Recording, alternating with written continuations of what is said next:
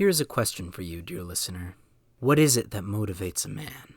What drives us to do the things we do? Perhaps it is your convictions, what you believe to be truly right above all else. Perhaps it is fear that drives you to escape the object of that fear at all cost, whether it be loneliness, pain, or loss. Or perhaps it is ambition, the burning, unstoppable drive to make even the most unattainable dreams into reality. All of these, to some extent, inform our choices and motivate our actions. They also each have the potential to consume us and drive us to madness. However, the thing that drives us to action and madness, more so than perhaps any other, is love. There is perhaps no better example of the sheer madness to which love can drive a man than that of the mad Eternal himself, Thanos of Titan. Hello, everybody. I'm Griffin, the fanatical warlock, joined as always by my co-host, Jillian, the kawaii potato. And this is Ilíthia Gnósi. That's right, everybody. Today we are talking about the big bad of the MCU himself, Thanos. And, purple Josh Brolin. Yep. But we are not talking about MCU Thanos here. Instead, we're talking about the real Thanos, the comic Thanos. And the reason as to why Thanos is a simp. That's right, folks. You heard me. I said Thanos is a simp. He's not just a simp. He is the lord of all simps. Yeah, no, his simping, literally leads to so much destruction. Oh my god. But, yeah. He has about 50% of the total simping that exists for any and all Twitch thoughts. Perhaps. So that's a lot of simping. Yeah. Anyway, but to help better understand how Thanos is a simp, we need to understand him as he was, I guess, before he became a simp. Where he's from and all of that. So our story begins on Saturn's moon, Titan. Thanos was born as the son of the Eternals, Lars and Suisan, as well as the younger brother of Eros of Titan, better known as Star Fox. However, Thanos was rather unique. You see, Thanos was born with the deviance gene, and as such shares the physical appearance of the Eternals' cousin race. Now, to understand this, I suppose we should explain what Eternals and deviants are. So, yeah. Long, long ago, the first race of the universe, known as the Celestials, came to primordial Earth, where they discovered proto-humans. So what they did was they took groups of these humans and tampered with their genes, splitting them into 3 subgroups. There is the deformed and deranged deviants, the standard human, who were nonetheless altered. And in fact, it was the Celestials' meddling that eventually led to humans being able to develop mutant powers or, basically the genetic engineering of the Eternals is the reason why Bruce Banner, upon being exposed to the assloads of gamma radiation, mutated into the Hulk instead of just getting Dying. super cancer. Yeah. Turbo cancer. Yeah, he would have died otherwise. Yeah, no. Okay. Do not expose yourself to gamma radiation, people. It will not give you super strength. It will just absolutely destroy your body. Yeah, you'll kill yourself. Don't do that. It's not good. However, the third group is the quote-unquote perfected form of the emerging species. This is known as the Eternals. Now, the Eternals are, first of all, biologically immortal, all have super strength, they're kind of diet Kryptonians in a lot of ways. Yeah, I can see that. They're above Asgardians, right? Your average Asgardian. Yeah. Not Thor and shit. No. By quite a bit, but they're not all straight up Superman, It's not like they're all the Century Robbie Reynolds. God, no. No, not all of them is Thanos level either. Yes. Now, so the reason Thanos is unique is because he was born with the deviance gene. Now, the deviants, they are sort of like deformed looking. They have that weird messed up face and chin, and they have weird skin colors. However, a mark of the deviants is they typically have immense strength and they're hyper intelligent. The biggest problem and weakness with the deviants is that they have drastically shorter lifespans. Yeah. In fact, the scrolls that we see, the majority of in the comics, are not actually the original or base scrolls. The scrolls you see with the messed up warty chins are actually the scroll deviants. Yep, but yeah, no. So because of his physical appearance of the deviants, this actually like shocked his parents like immensely, to where I think was it like his mom tried to basically kill him because she was afraid that he was going to destroy the universe. Upon seeing her infant son, she attempted to kill him, believing that he would destroy all life in the universe. However, she was stopped by their dad, Alars. Yeah. Now, during Thanos' younger years, when he was a young lad, when he was but a wee lad, he was a pacifist. He was a kind and gentle boy. He just liked to play by himself and with his brother and their pets. Like, he was just he was the quiet kid who just sat over there by himself playing nice, quiet little games. He was literally Android 16 when he was a kid. Yes, he was. Like, he was the sweetest little guy, right? In his adolescence, however, something changed. In fact, it was like literally right around the time he was 13. Yeah.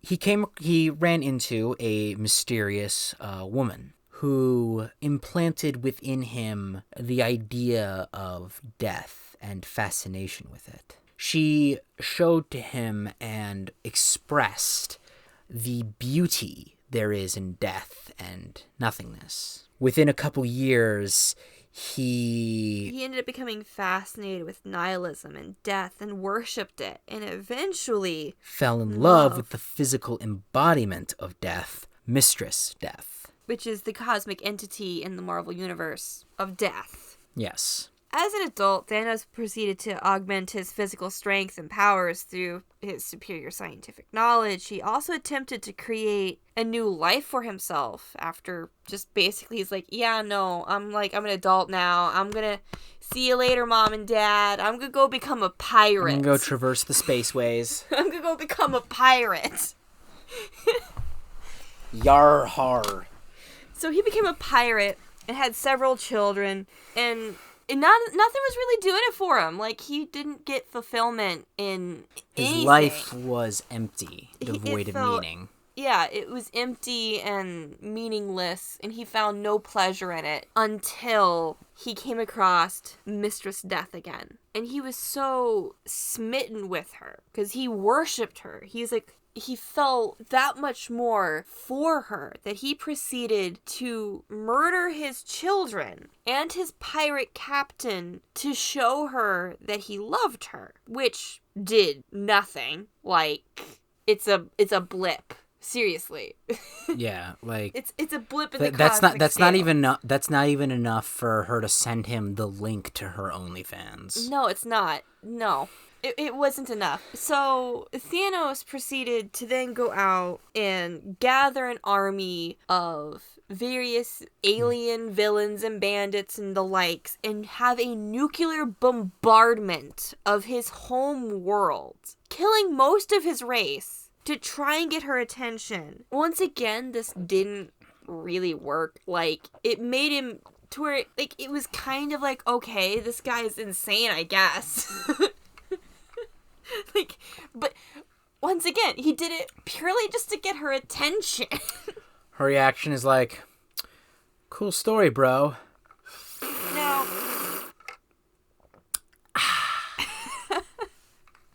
But yeah, no, from there, Thanos goes around trying to gain power, and other various battles and comics ensue. Eventually, he gets his hand on a cosmic cube. Now, that got her attention, you better believe. Yep. So, And for those of you listening who may not really be that familiar, a cosmic cube is another extremely powerful artifact in the same vein as the Infinity Stones. Now, the Infinity Stones are sort of they're obviously you have them and you can use them. A cosmic cube, it essentially has unlimited power to grant you a wish or do a thing, right? In order to create, the creation of a cosmic cube is a very complex process of drawing energy from the beyond, which is the realm located beyond the multiverse. This is the same realm of power from which both the Beyonder and Molecule Man Owen Reese draw their straight-up omnipotence from. So that's the kind of power you're dealing with when you're dealing with a cosmic cube. Now, in any given universe, you'd probably want to have an Infinity Gauntlet more. You'd want to have the Infinity Gauntlet just because it's a constant use. A cosmic cube, it's a one and done. You used it. Yeah, and if you do use it more than once, it's under very specific circumstances. You can recharge it in a way by sending it into the Beyond Realm and back, but you got to have a reliable way to get to the Beyond Realm and get something back. Which that's not easy. It's one of the reasons why, instead of using it for wishes in the MCU, they use it as a power source, because that you can continuously use it for. You can't use it for wishes. They don't have there's no cosmic cube in the MCU.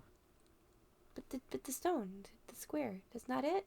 No, the Tesseract is the Space Stone. Oh, that's right! We thought it was a cosmic cube for the entire time. I know, right? We were convinced that it was a cosmic cube for the longest time. But no, it was the Space Stone, because Because whatever, it's MCU. No, they're like, haha, gotcha. I know it looks just like the thing in the comic books, like it's identical. But yeah, no. So it's identical to what's in the comics. So Thanos gets his hand on a cosmic cube, right? And he wishes to be granted omnipotence. However, because of the cube, right, it's not complete. It makes him ridiculously powerful. That's the reason Thanos is so powerful come Infinity War in the comics. Whereas before, he would get absolutely demolished, like zero difficulty by Silver Surfer, upon using the cosmic cube to gain the attention of Mistress Death. He's now able to actually contend and beat down Silver Surfer. Yeah, and a bunch of stuff happens, and eventually, by a bunch of stuff, I mean, there's, comic book arcs. Decades. Of material. Decades of material. So eventually, Thanos cultivates a plan to reunite with Mistress Death, and secretly siphon off the energies from Adam Warlock's soul gem, right? He's teamed up with Adam Warlock in this particular arc, and he's decided to combine these with the power of the Infinity Stones to create a weapon capable of destroying stars. Because he believes that if he destroys a couple stars, that might get her attention. Now, keep in mind, at this point, Thanos was in full stupid mode. Because she don't care about no stars? Because it's like, hey, so I'm going to it's like, okay, here's the plan. What we're going to do is we're going to take Adam Warlock, right? We're going to tie him to a gun. Then we're going to jam the Infinity Stones into that gun. And we can fire it at things and it'll destroy stars because it's such a powerful gun.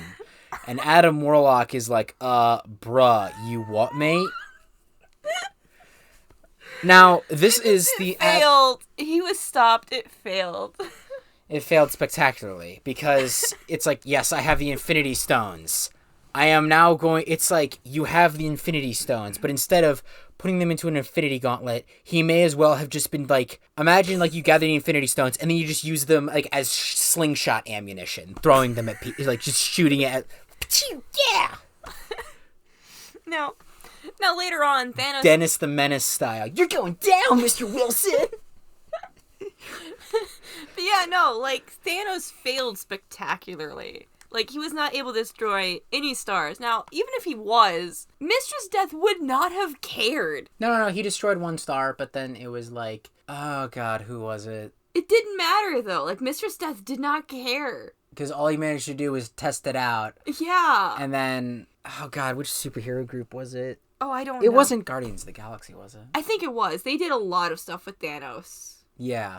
The Guardians of the Galaxy has done a lot of stuff with Thanos, so it may have been them. It may have been Guardians and Ajax. Oh, that's right. It involved Adam Warlock. It would have been a Guardians of the Galaxy. Yeah. So yeah. Yeah, no, he got thwarted. So the Guardians of the Galaxy swoop in. It's just like, Like, wow. what are you doing? How do you fuck up using the Infinity Stones, this bad dipshit?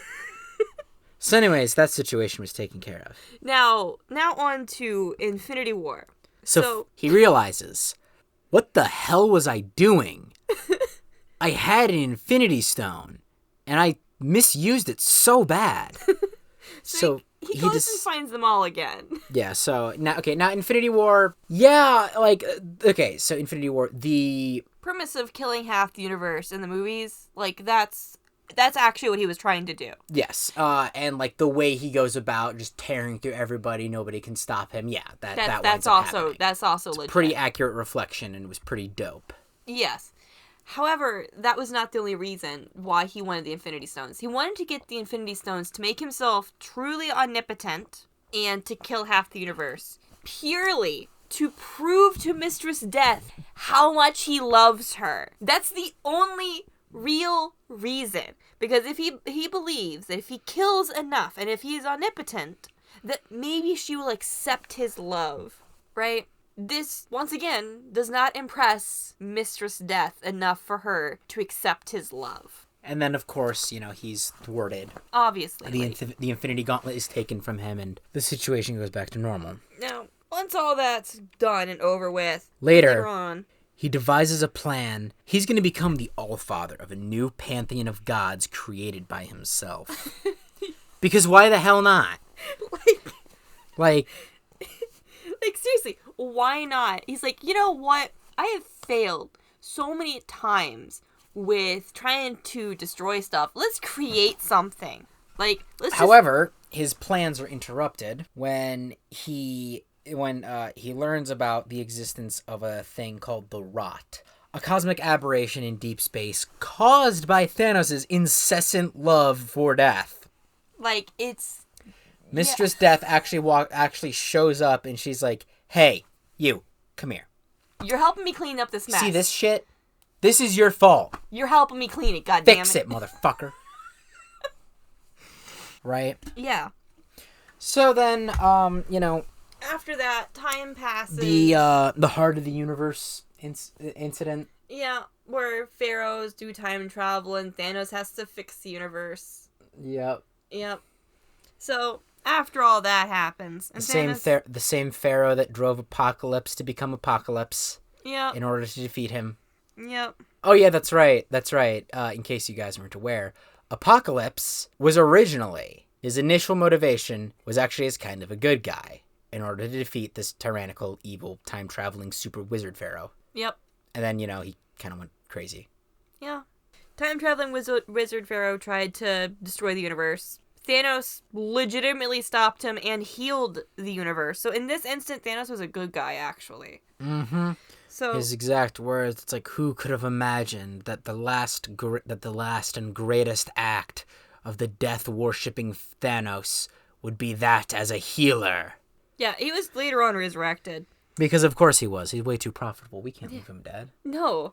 And once again, Thanos was resurrected, and he was on his way to intergalactic prison when Thanos meets Death for the first time since rebuilding existence with the Heart of the Universe. Yeah. And Death is like, he claims that she's worth him trying to woo her. But she finally tells him, okay, dude, you have to offer something other than death, okay? You have to understand, I am death. I have enough death. I have literally all of the death that could ever possibly be. All of the death there has ever been, is, and will ever be. All of that is mine. You don't have to give me more, okay? She's like, honey, honey, it's like, you need to chill. Okay, I have more than enough. Chill out. Bring me something different. Do something different, okay? Otherwise, that Canadian man over there will definitely get me instead. Yeah, that's right. Deadpool is actually Death's boyfriend. Yes. That is a real thing. Like, straight up. Yeah, and it causes Thanos so much irritation. Which honestly, I'm actually kind of hoping for Deadpool 3, if they're going to incorporate this into the movies. I'm actually kind of hoping for them to, like, pull a thing that Vanessa was Mistress Death the entire time. Yeah, because Mistress Death can disguise herself. Exactly. As is later revealed to Thanos. See, the thing that finally causes him to break out of his sympatry, right? That pulls him out of the depths of symptom, right? Is learning.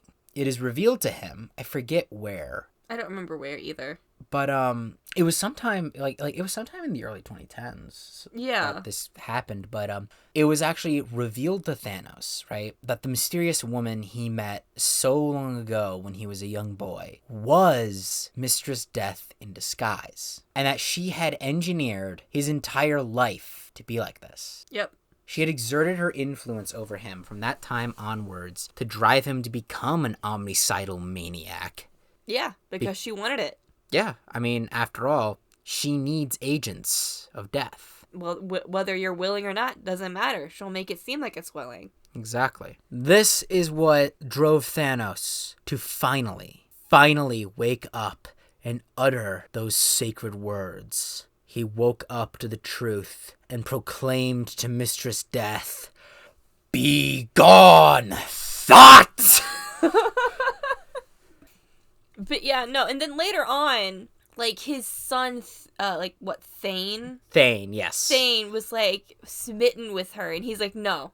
So Thanos actually speaks to his son and says, "I tell you this, boy, do not pursue that thing. It is a fool's errand and will bring you only suffering and ruin." Yeah. So the lesson from all this is that maybe he should have just gotten her some chocolates. So the lesson from this, fellas, is the girl you have a crush on, right? It's good to know her interest and her needs, especially if it's a shared interest, right? But you can't make your entire approach about that one thing, okay?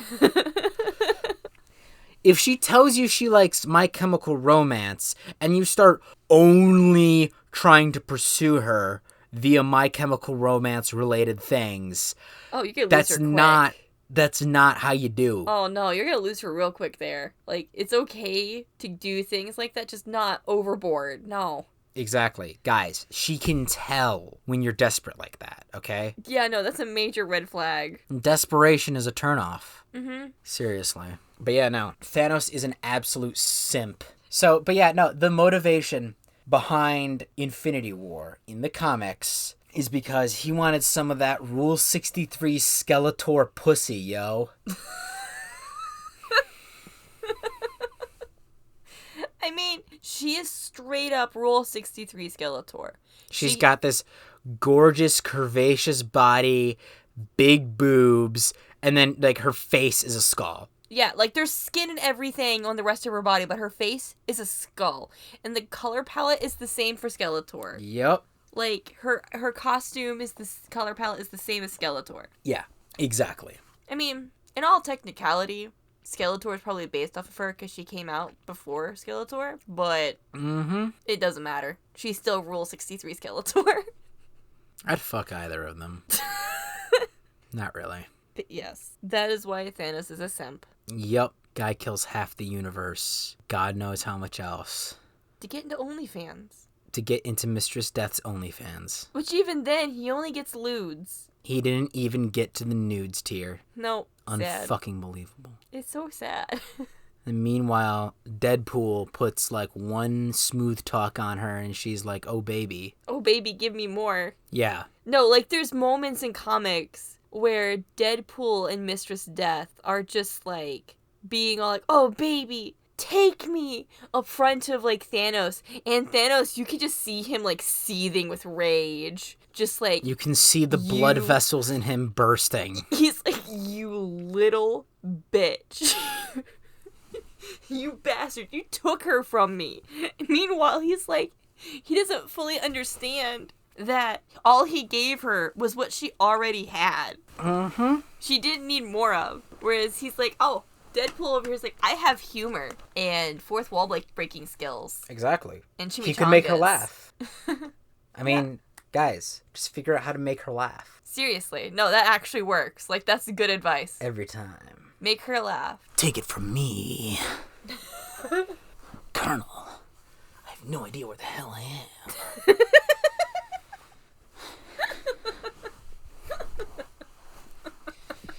Yeah. Well, thank you all for listening. It's been a pleasure. It has indeed been a pleasure. And we'll see you guys next time. Bye. Bye. Deadly poisonous Zanzibar hamsters.